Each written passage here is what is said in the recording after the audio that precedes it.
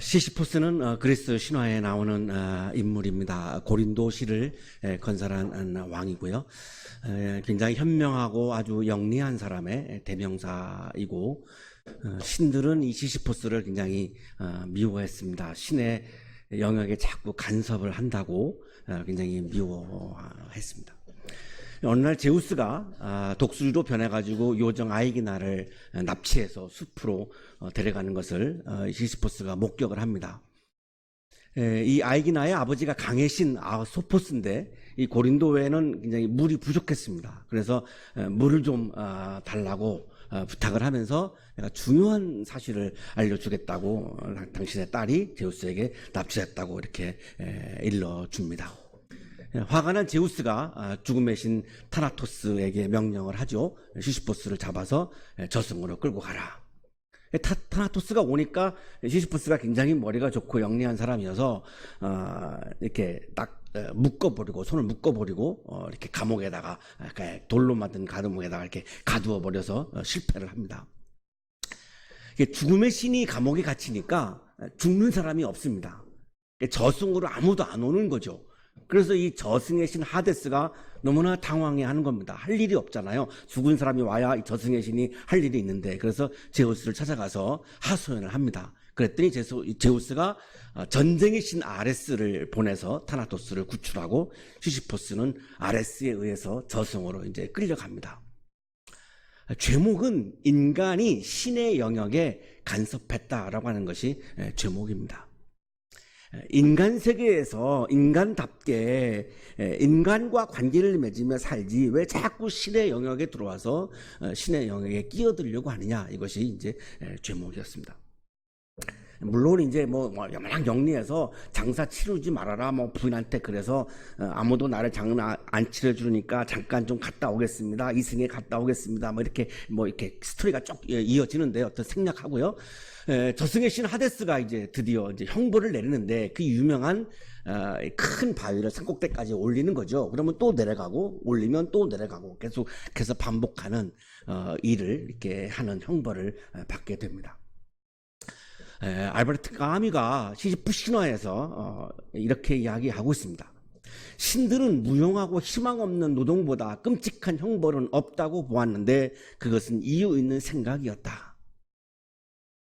시시푸스가 계속해서 반복해서 돌을 올려놓는 그런 일상의 반복이 형벌이 아니었고, 형벌의 핵심은 희망이 없는 것, 이것이 형벌이었다. 반복되어지는 일상이 우리들에게 불행한 것이 아니라, 아무리 일상을 반복한다 할지라도 우리 마음속에 희망이라는 것이 있다면 그것은 불행할 수가 없다. 오히려 행복할 수 있다. 반복되는 일상이 우리를 힘들게 하는 것이 아니라 희망이 없는 것이 우리를 힘들게 하는 것이다. 주일 예배도 늘 우리가 주일마다 이렇게 반복하죠. 이 주일 예배가 반복되는 것이 우리를 힘들게 하는 것이 아니라, 예배의 자리에 오면서 내가 하나님을 만난다라고 하는 이런 희망이 없이 그냥 기계적으로 올 때 힘든 거지, 이 반복 자체가 우리를 힘들게 하는 것은 아니다, 이렇게 얘기하는 겁니다. 시시프 신화에서 마지막으로 까미가 이렇게 결론을 내립니다. 산정을 향한 투쟁 그 자체가 한 인간의 마음을 가득 채우기에 충분하다. 행복한 시지프를 마음에 그려보지 않으면 안 된다. 까미는 시시푸스가 행복했다라고 그렇게 마지막으로 결론을 내립니다. 아무리 반복되는 일상이라 할지라도 우리 마음속에 행복이 있다면 얼마든지 우리는 반복되는 일상 속에서도 행복할 수 있음을 강조하고 있는 거죠. 오늘 성서일과는 희망이 없는 상황에서, 내가 아무것도 할 수 없는 상황에서, 모든 것이 다 무너져 내려오고 있는 상황에서도 우리가 희망을 품을 수 있는 실마리가 있음을 우리에게 말씀해 주고 있는 그런 본문입니다. 유다왕, 여기서 유다라고 하는 것은 이제 남왕국을 말합니다. 북왕국, 남왕국 이렇게 분열됐을 때, 북이스라엘, 이스라엘 그러면 이제 북왕국이고요. 유다 그러면 이제 남왕국입니다. 이 남왕국의 마지막 왕이 시드기야죠. 시드기야가 이제 마지막 왕인데, 제 10년, 시드기야가 이제 집권한 지 10년.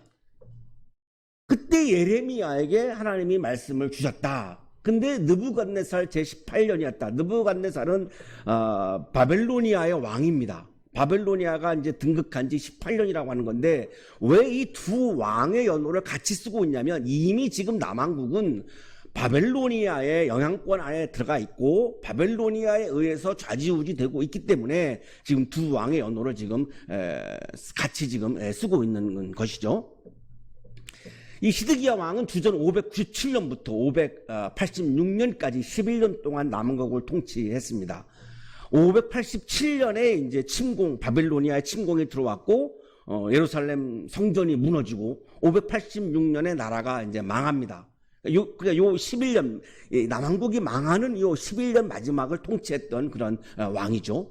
느부갓네살은 604년부터 562년까지 통치를 했습니다. 그러니까 586년이 요 안에 들어가 있죠. 그래서 이스라엘을 남한국을 멸망시켰던 그런 바빌로니아의 왕인데요. 시드기야 10년이면 등극한 때로부터 따져보니까 주전 587년 정확하게 예루살렘 성전이 무너졌던 그 해에 하나님께서 에레미야 예언자에게 말씀을 이제 주신 거죠. 자, 이때는 예루살렘이 바빌로니아에게 이제 포위되어 있었고요. 에레미야는 유다 왕궁 근위대 뜰 안에 갇혀 있었습니다. 여기 유다 왕궁이라고 하니까 결국은 왕에 의해서 시드기야 왕에 의해서 갇혔다라고 하는 것을 우리가 볼 수 있죠. 박동현 교수의 주석입니다. 시위대로 옮긴 히브리 낱말은 본디 보초나 초소를 뜻하지만 여기서는 왕궁을 지키는 군대를 가리키는 것으로 보인다. 뜰로 옮긴 히브리 낱말은 마당으로 이해하는 것이 더 낫다.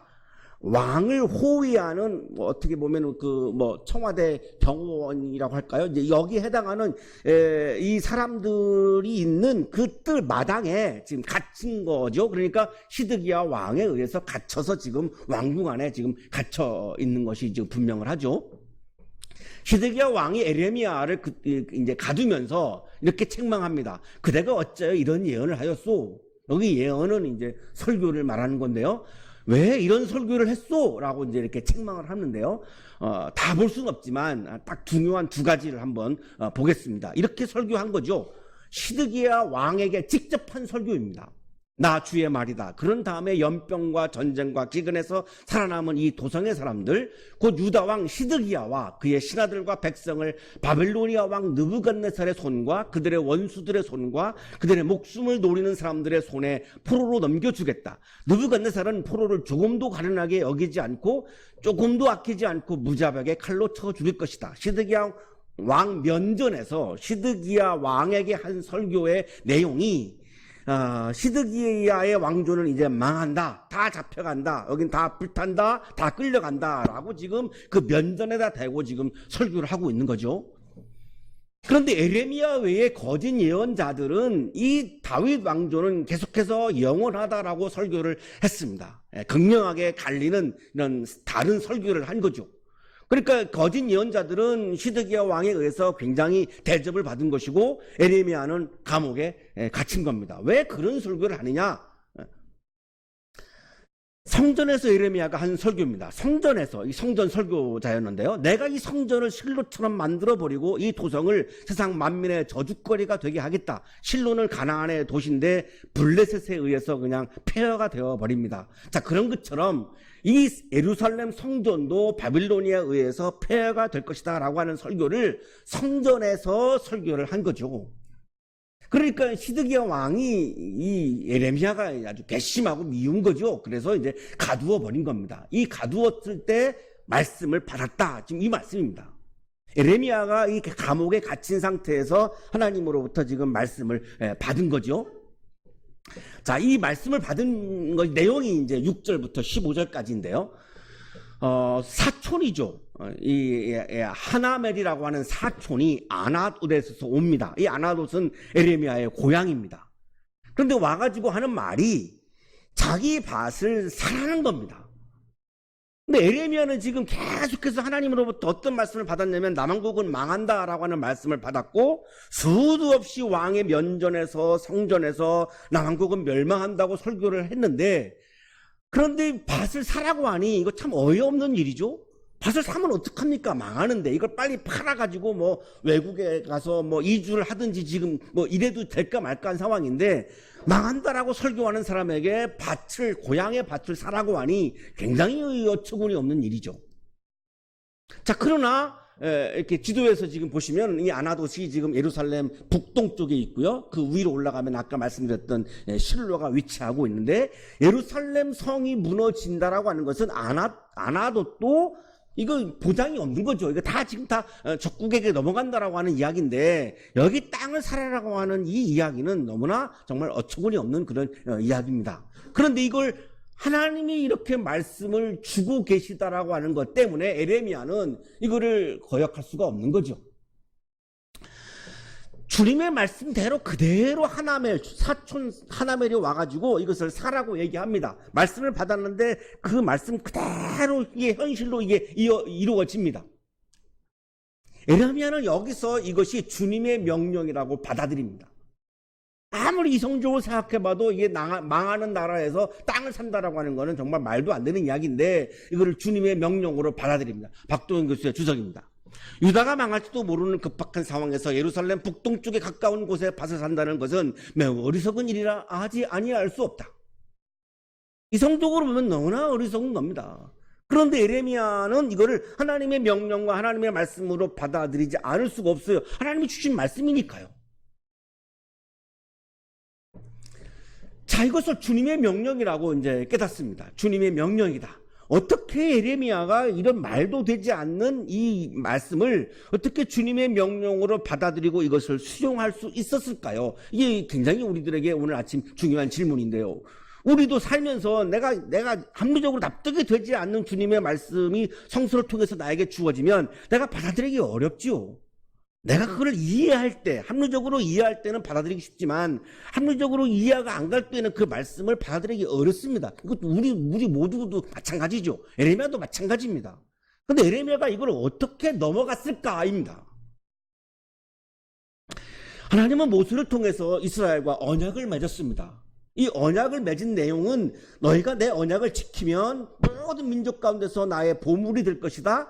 온 세상이 다 나의 것인데 내가 선택한 백성이 된다. 나를 섬기는 제사장 나라가 된다. 거룩한 민족이 된다. 이것이 모세 때 하나님과 이스라엘이 맺은 언약입니다. 그래서 노예로부터 출발해서 가나안 땅까지 인도를 하시죠. 제사장 나라이고 거룩한 백성인데 노예를 살 수 없으니까요. 이게 굉장히 하나님과 이스라엘 사이에 맺었던 중요한 언약입니다. 그런데 이스라엘이 이거를 깬 거죠. 하나님의 말씀을 지키지도 않았고 실천하지도 않고 외세를 의존하고 이방신을 섬기고 핵심의 조항들을 다 어긴 겁니다. 언약을 이스라엘이 깬 거죠. 하나님이 깬 것이 아니라 이스라엘이 깬 겁니다. 언약을 깨고 나니까 이제는 이 나라가 망할 수밖에 없습니다. 세상 나라가 아닌 식민지 나라로 전락할 수밖에 없는 거죠. 에레미야는 이 언약에 주목을 한 겁니다. 모세 때 맺었던 언약이 계속되었다고 한다면 이 우리나라가 망하지 않을 테인데, 이 언약을 우리가 깨므로 인해서 이게 파기가 됨으로 인해서 우리나라가 망한다라고 본 거죠. 자, 그런데 31장 31절에서 하나님이 새 언약에 대한 말씀을 주신 겁니다. 그때가 오면 내가 이스라엘 가문과 유다 가문에 새 언약을 세우겠다. 나 주의 말이다. 자, 이 말씀을 에레미야가 들으면서 남유다의 멸망이 끝이 아님을 본 겁니다. 왜냐하면 새 언약을 세우겠다고 하신 말씀을 들어보면 하나님은 새 언약을 통해서 새로운 계획을 세우고 계시구나, 새로운 계획을 지금 추진 중에 계시구나, 이거를 본 거죠.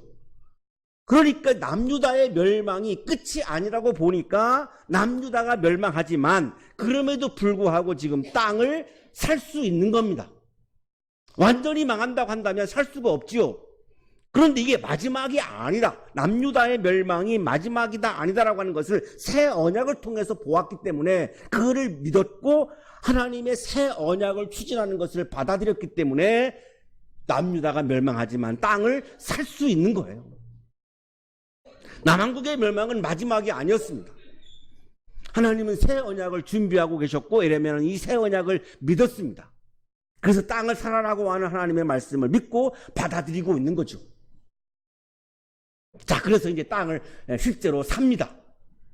은 17세겔에 삽니다. 은 17세겔. 요즘 화폐 단위로 이렇게 환산하는 건 매우 어려운 것 같습니다. 그래도 어쨌든 간에 한 세겔은 11.4g인데요.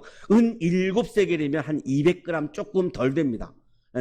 환산해 보면 노동자 68일치 품삯에 해당하는데 요즘 우리의 땅값과 그 당시 땅값은 너무나 차이가 많으니까 우리가 이걸 비교하기는 매우 어려울 것 같습니다. 어쨌든 이게 은 7세겔을 이렇게 사촌에게 주는 거죠.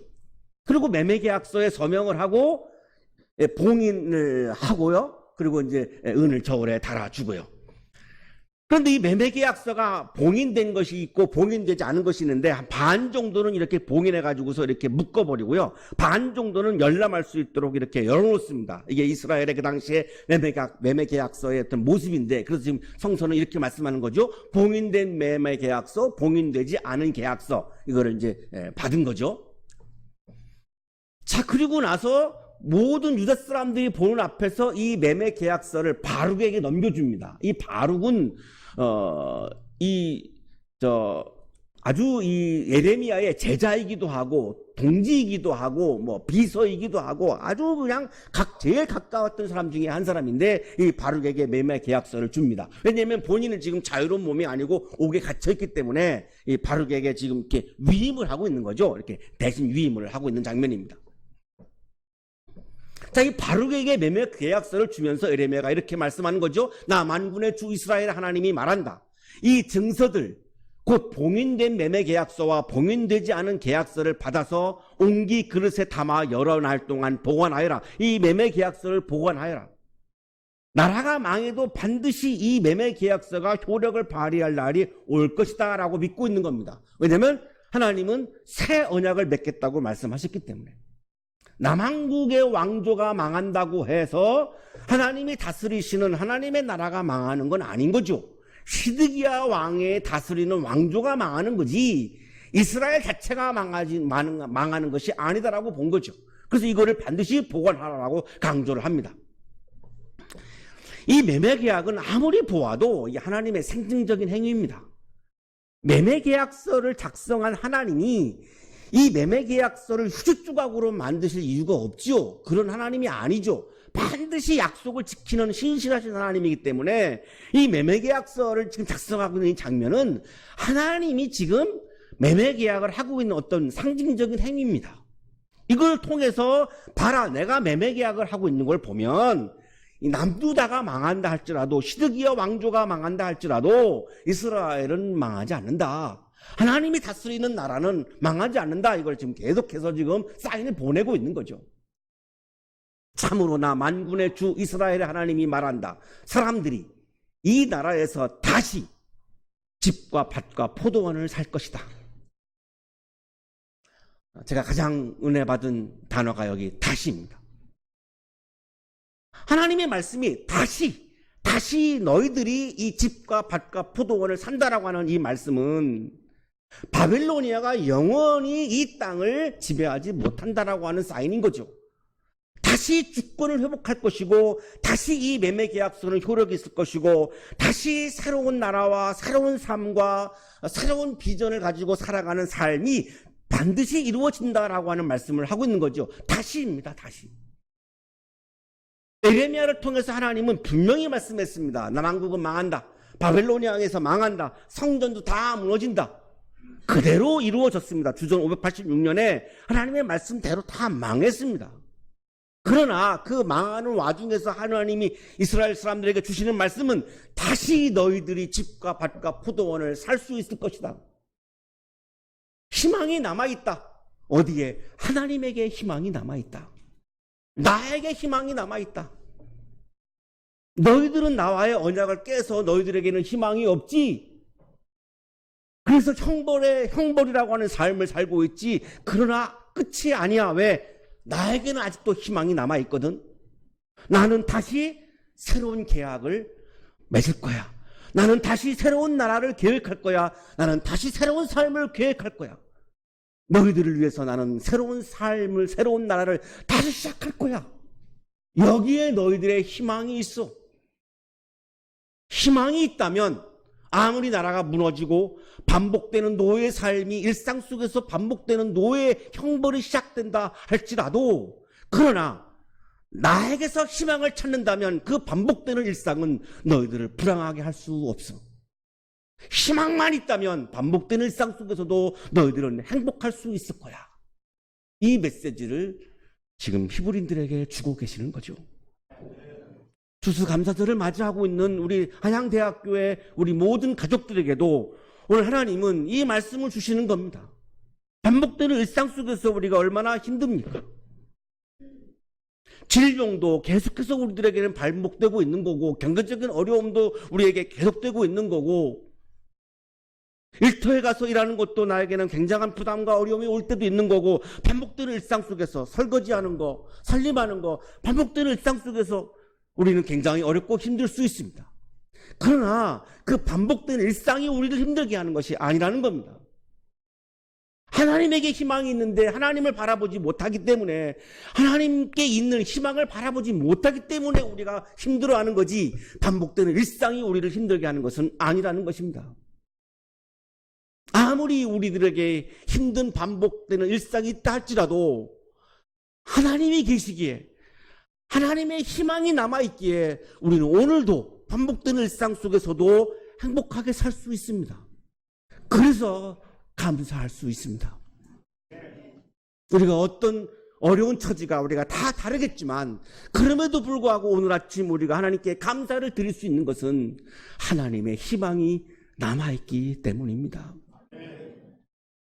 하나님의 희망을 바라보면서 감사하시고 그 감사의 영성을 통해서 새로운 삶이 시작되는 것을 경험하는 여러분의 삶이 되시기를 축복합니다. 거룩하신 주님, 하나님께 희망이 있음을 잊었습니다. 하나님을 바라보지 못하고 반복되는 일상 속에 매몰되어 절망하기도 했고 아파하기도 했고 무너지기도 했습니다. 감사절 아침을 맞이해서 다시금 우리가 믿음의 눈을 떠서 아직도 마지막이 아니라고 말씀하시는, 희망이 나에게 있다라고 말씀하시는 하나님을 다시 보게 하여 주시옵소서. 하나님의 희망을 바라보며 반복되는 일상 속에서도 행복을 느끼며 살아갈 수 있도록 우리에게 믿음의 믿음을 더하여 주옵소서. 예수 그리스도의 이름으로 기도하옵나이다. 아멘.